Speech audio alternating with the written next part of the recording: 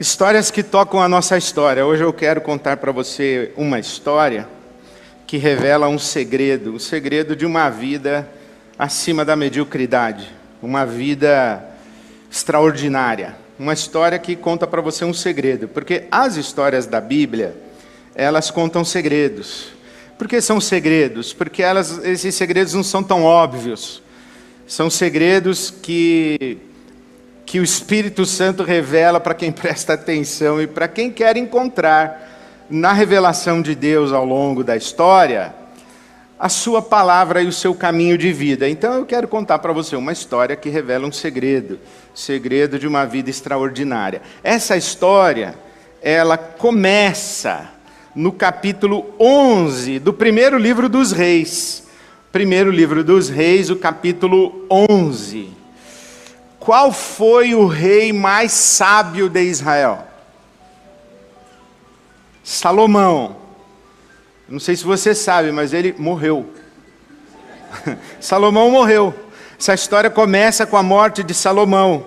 Diz a Bíblia Sagrada, no capítulo 11 do primeiro livro dos Reis, que Salomão, versículo 42, 11:42, Salomão reinou 40 anos em Jerusalém, sobre todo Israel. Sublinhe todo Israel, todo Israel. Salomão reinou 40 anos sobre todo Israel.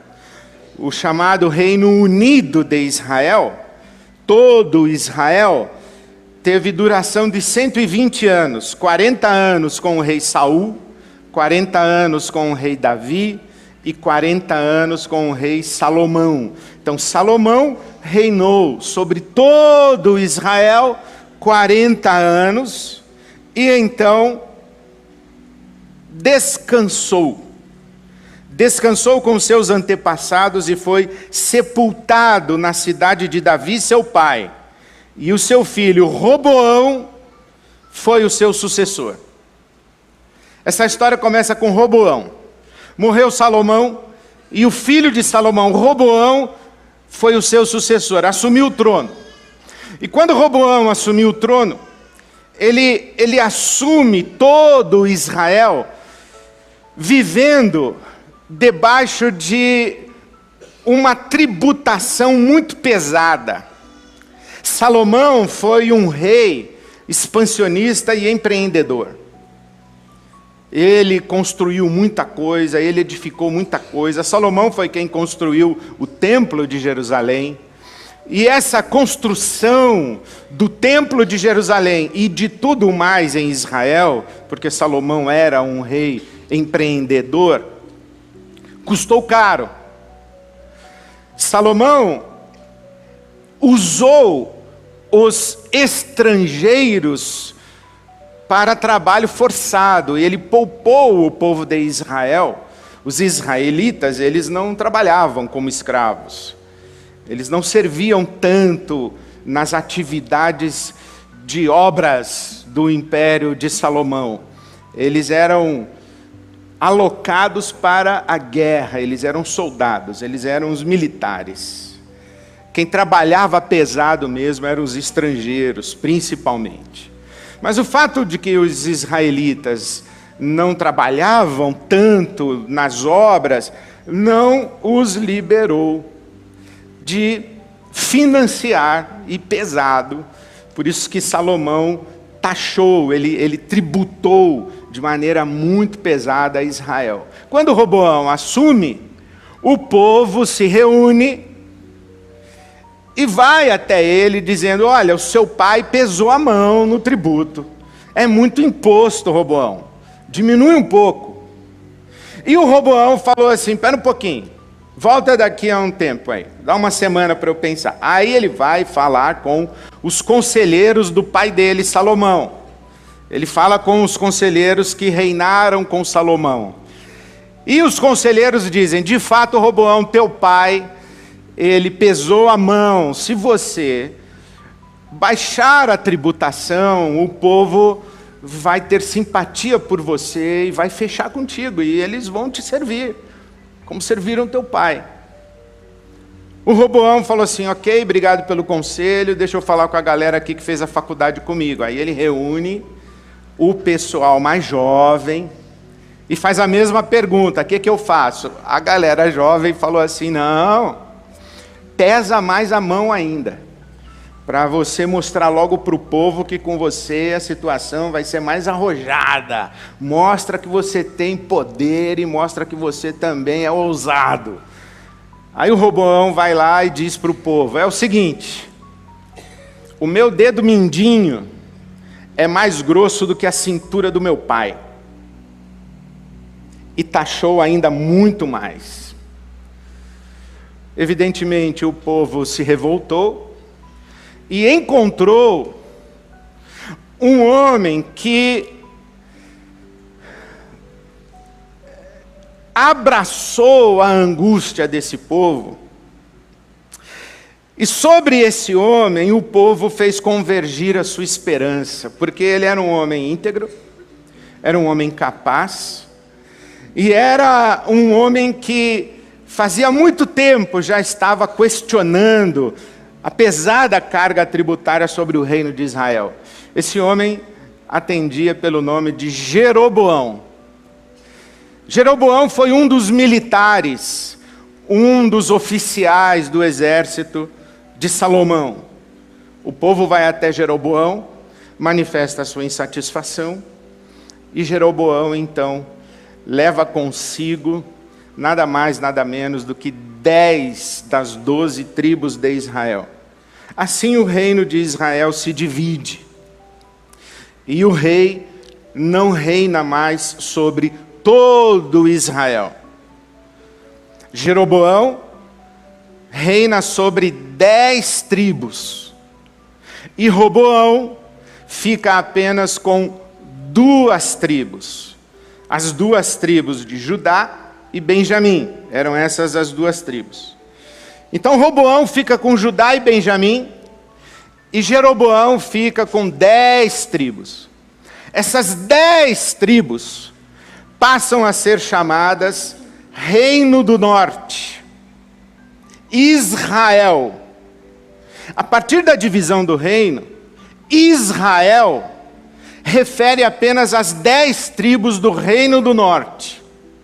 As 2 tribos do Reino do Sul passam a se chamar Judá. Então o Reino do Sul é Judá, o Reino do Norte é Israel. Capital do Reino do Norte, Samaria. Capital do Reino do Sul, Jerusalém.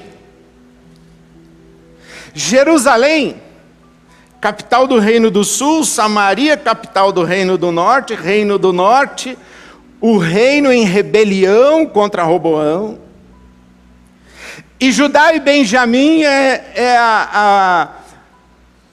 a identidade daqueles que foram considerados fiéis à dinastia de Davi, porque Roboão é neto de Davi. Então, a dinastia de Davi, ela continua no Reino do Sul. O Reino do Norte é o da rebelião.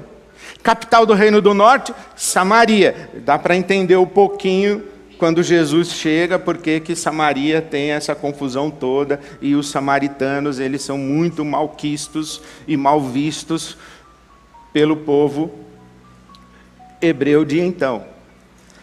Aqui você entende como Deus vai tratar esse povo dividido. Deus manda profetas para falar com o Reino do Norte, manda profetas para falar com o Reino do Sul. E lá para o Reino do Norte, a sucessão de reis é contada no livro dos reis, no livro das crônicas. O Reino do Norte tem 19 reis em sucessão. O Reino do Sul tem 20 reis. Sabe quantos reis foram fiéis a Deus no norte? Dos 19? Chuta, 0. Nenhum dos reis do Reino do Norte seguiu nos caminhos de fidelidade a Yahvé, ao Deus de Israel. O Reino do Sul, 20 reis. Sabe quantos foram fiéis? 8. 8 reis foram fiéis.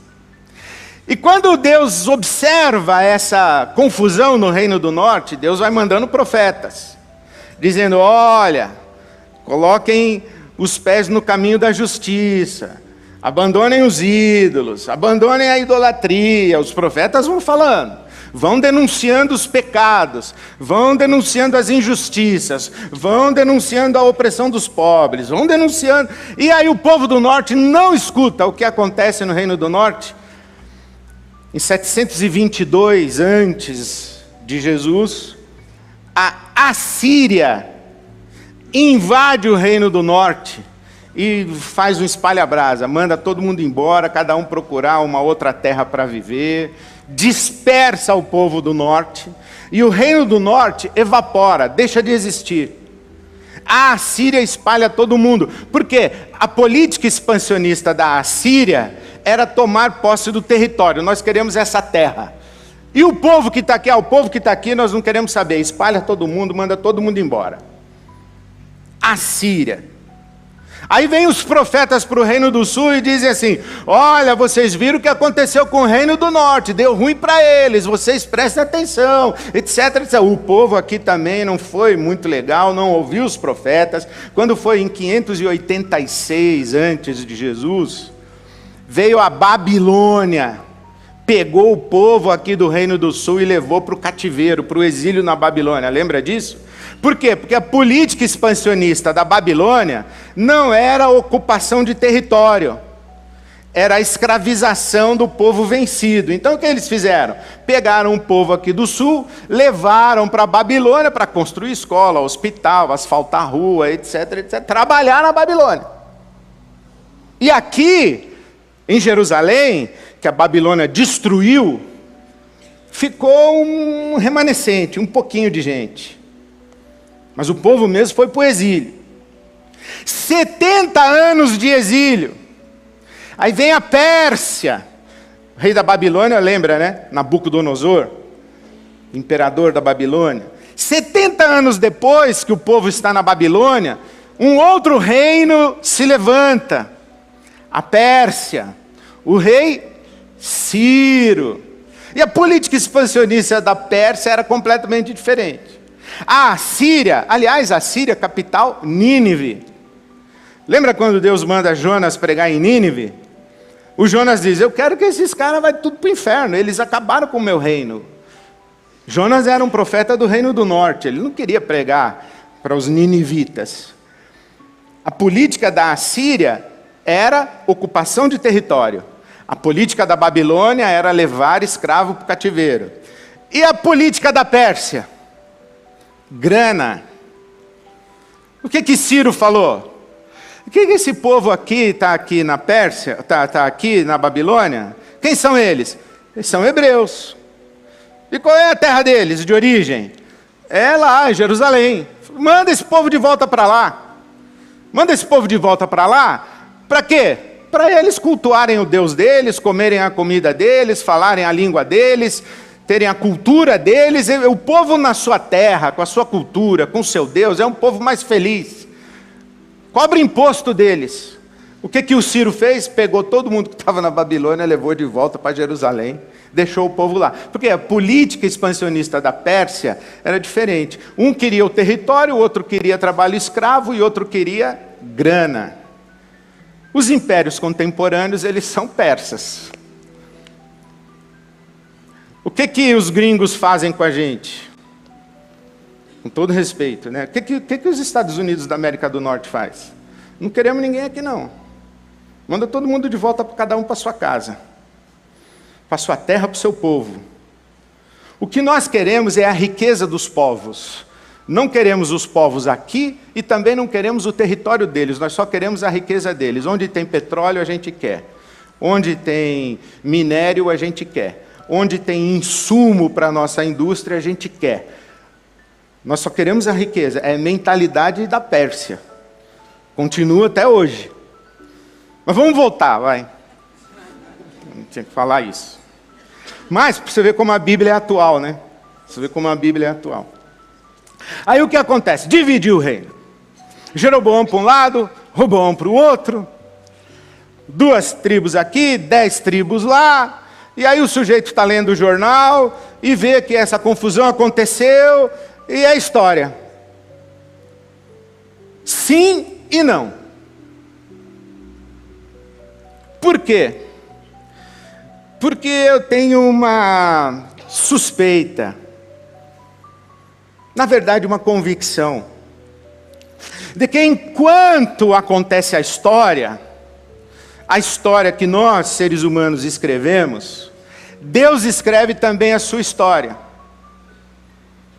E os fatos que parecem contingentes, parece que a Assíria tomou uma decisão, parece que a Babilônia tomou uma decisão, parece que a Pérsia tomou uma decisão.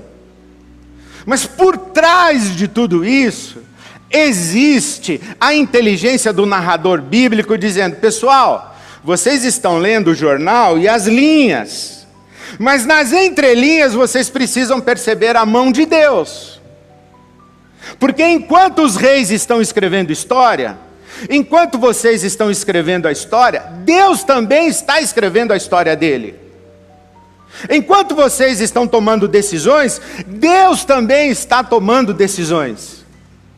E aí você entende que Saul foi o primeiro rei, reinou 40 anos, e Deus, através do profeta Samuel, disse para Saul: Saul, Deus vai tirar o reino da sua mão e vai entregar para um homem segundo o coração dele.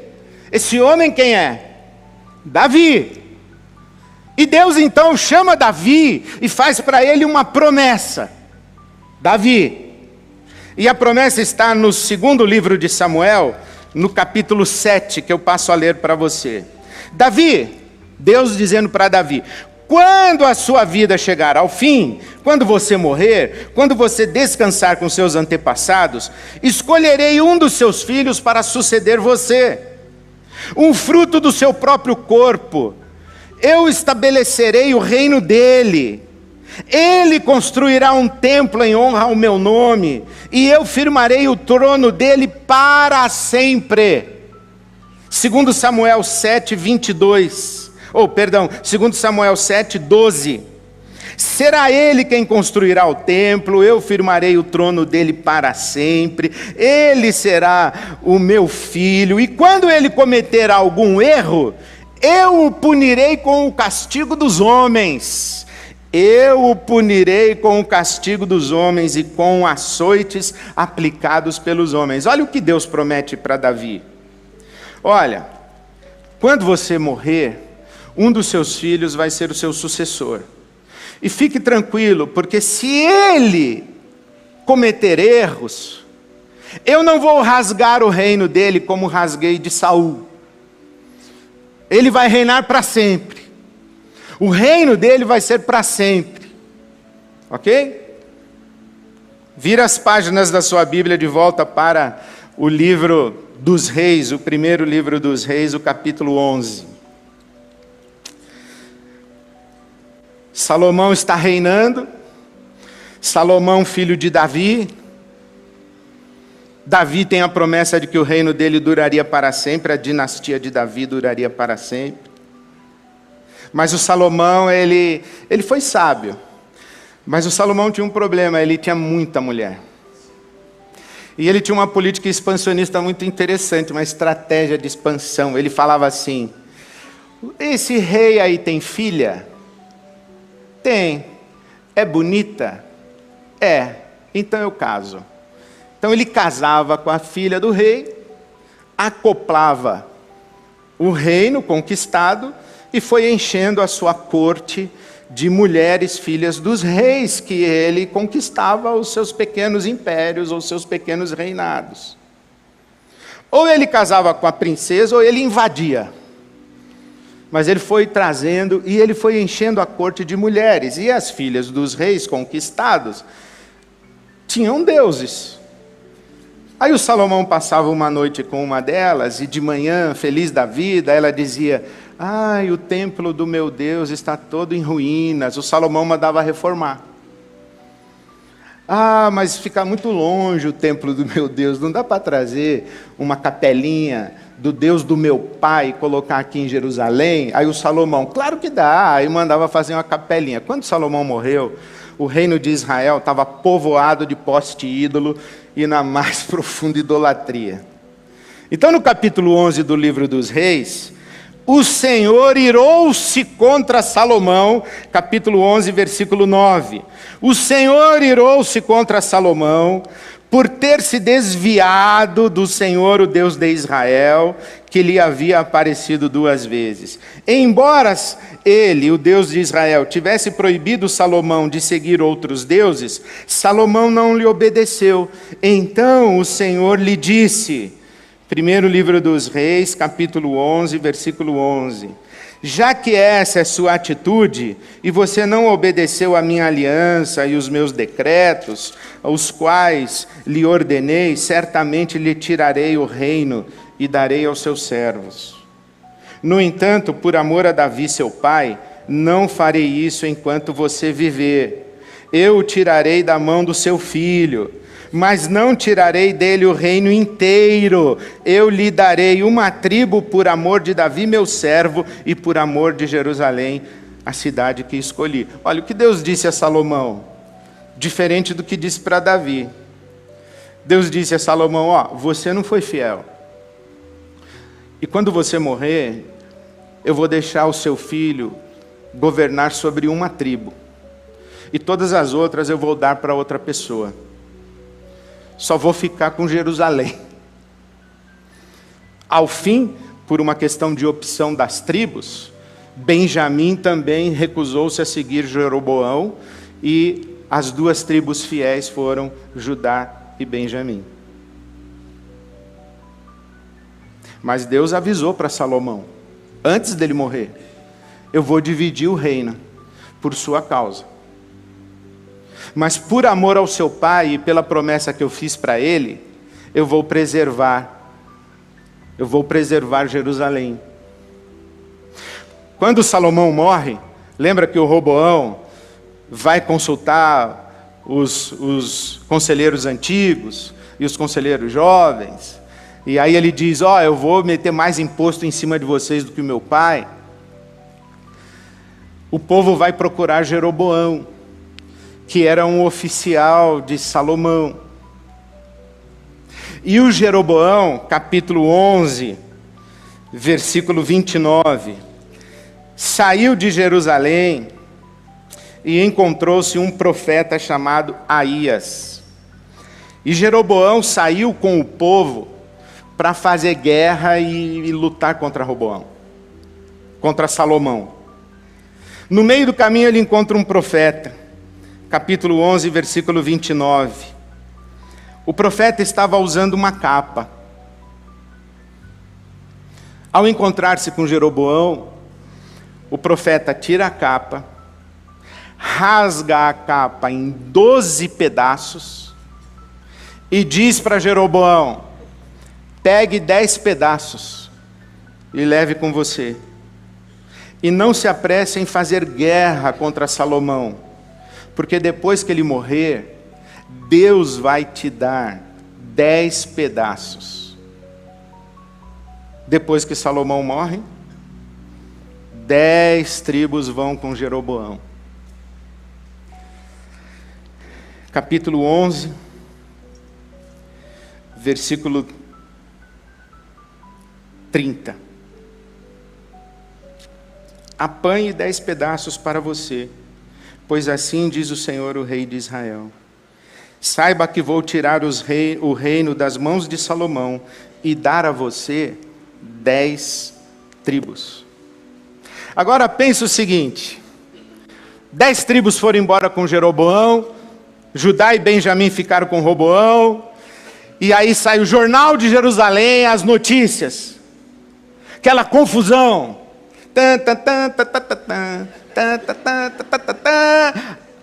Aí o pessoal chega na casa do profeta Aías e diz, você sabe o que aconteceu? Falou, sei faz tempo. Como assim? Mas você estava sabendo da conspiração? Falou, não. É que vocês só leem o jornal.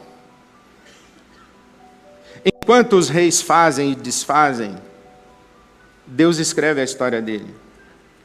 Isso aí que está acontecendo, Deus já sabia, Deus já tinha mandado avisar, e foi Deus quem fez.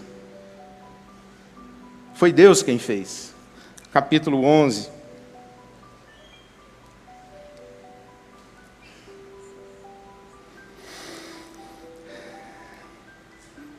Tirarei o reino das mãos do seu filho e darei 10 tribos a você. Foi eu quem fiz. Não tirarei o reino todo das mãos de Salomão. Eu o fiz governante todos os dias da sua vida por amor ao seu pai Davi, mas eu vou tirar o reino dele. Não foram as 10 tribos que se rebelaram. Não foi Jeroboão que se rebelou. Foi Deus quem tirou 10 tribos e separou. Enquanto nós escrevemos a nossa história, Deus escreve a história dele. Enquanto você lê as notícias da sua vida, as linhas, peça ao Espírito Santo para ajudar você a ler as entrelinhas. Eu tenho certeza que você vai chegar no céu e vai chegar assim, porque pode ser, né, que você chegue ainda meio bronqueado com Deus. Você vai chegar lá, diz a Bíblia, né, que alguns de nós vão, ou vamos, né, não sei se eu também, chegar no céu cheirando fumaça. Porque Deus vai tacar fogo nas nossas obras e vai sobrar só o fundamento que é Cristo. Alguns de nós têm obras com pedras preciosas e aí não vai queimar, vai ter um galardão. Mas outros de nós vai queimar tudo, só vai sobrar o fundamento que é Cristo. Aí você vai chegar no céu cheirando fumaça e dizer assim, Deus, por que eu fui demitido aquele dia? E Deus falou, porque eu quis. Porque eu fiz você ser demitido, para você deixar de ser bobo. Ah, então foi o senhor também que causou meu divórcio? Não, aí já foi contigo mesmo. Aí foi você. E eu tenho certeza que tem coisas na minha vida que aconteceram que Deus fez acontecer. E tenho certeza que algumas coisas eu fiz acontecer.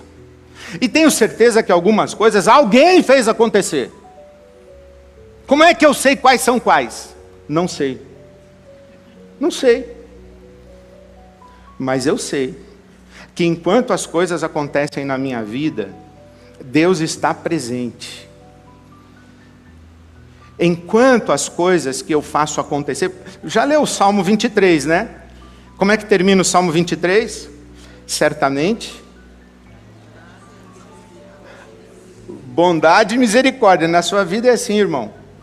A Bíblia de Jerusalém traduz... ou a Bíblia, a mensagem, o Eugene Peterson traduz, a bondade e a misericórdia correrão atrás de mim todos os dias da minha vida. Então eu imagino o seguinte, eu lá, quarta-feira, e Deus faz, misericórdia, corre misericórdia. Aí a misericórdia vai. E de vez em quando eu estou indo lá e é bondade. Bondade e misericórdia, bondade e misericórdia. Tem coisa que eu estou fazendo e Deus fala, misericórdia. E manda misericórdia. Tem coisa que é bondade. Porque enquanto eu estou escrevendo a minha história, Deus está presente escrevendo a história também. Enquanto o Brasil está vivendo o que está vivendo, Deus não está alheio, Deus não está ausente, Deus não está distante, Deus não está displicente. Os reis se levantam, eles votam isso, votam aquilo, o Congresso se mexe, está tudo acontecendo. Agora, o que em tudo o que está acontecendo tem a mão de Deus? Lembra quando estava por um fio para desistir? Lembra disso? Era a mão de Deus, era a mão de Deus. Onde está a mão de Deus?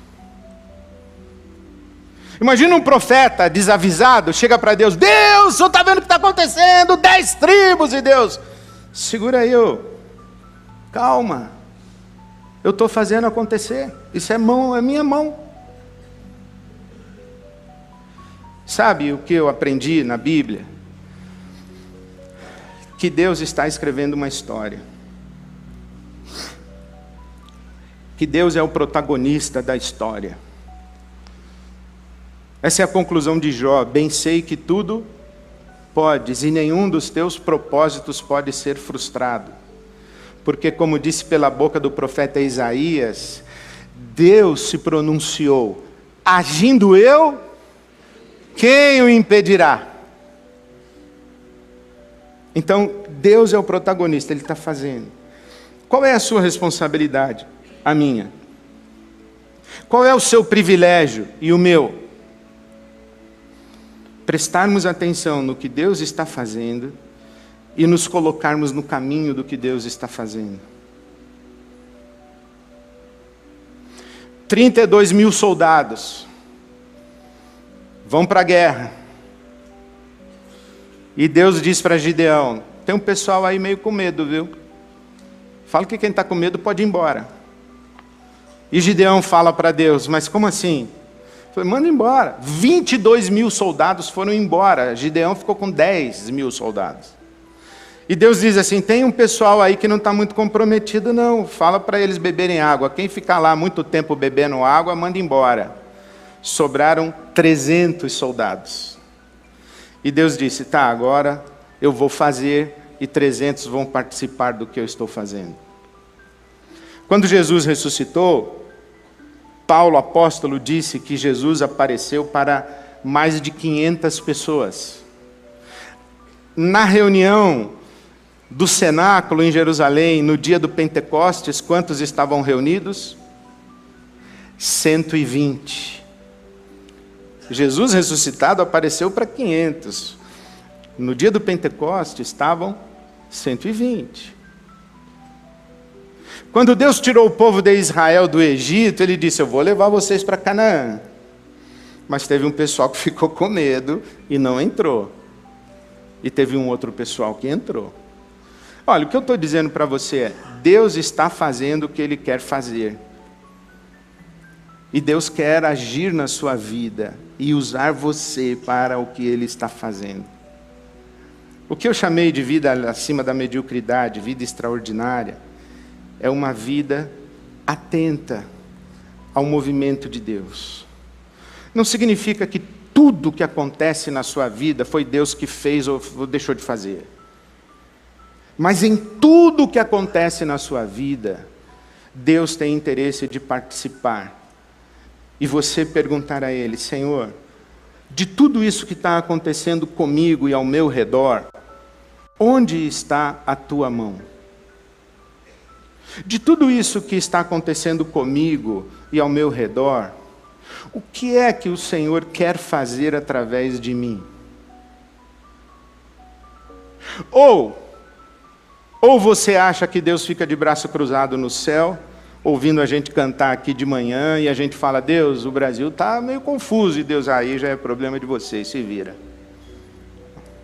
Não é assim. O que é uma vida extraordinária? É uma vida que é sensível ao que Deus está fazendo e ao que Deus deseja fazer. Você pode voltar para o seu trabalho amanhã e se submeter às notícias. Mas você pode voltar para o seu trabalho amanhã, fazer uma oração e dizer: Deus, enquanto eles tomam decisões, eu quero participar do que o Senhor está fazendo. Me deixa ver. Me dá sabedoria. Quando você coloca isso na sua cabeça, no seu coração e nas suas orações, você não tem mais reuniões triviais, conversas triviais, encontros casuais.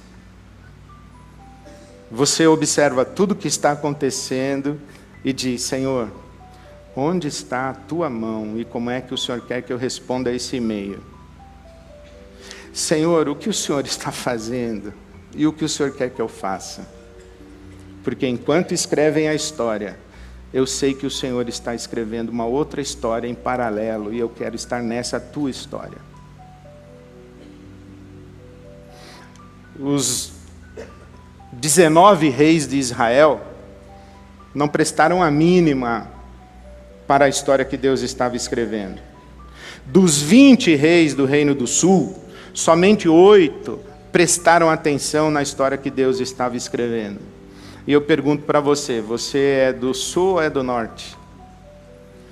Você seria um seguidor de Jeroboão? Ou você faz parte da dinastia de Davi?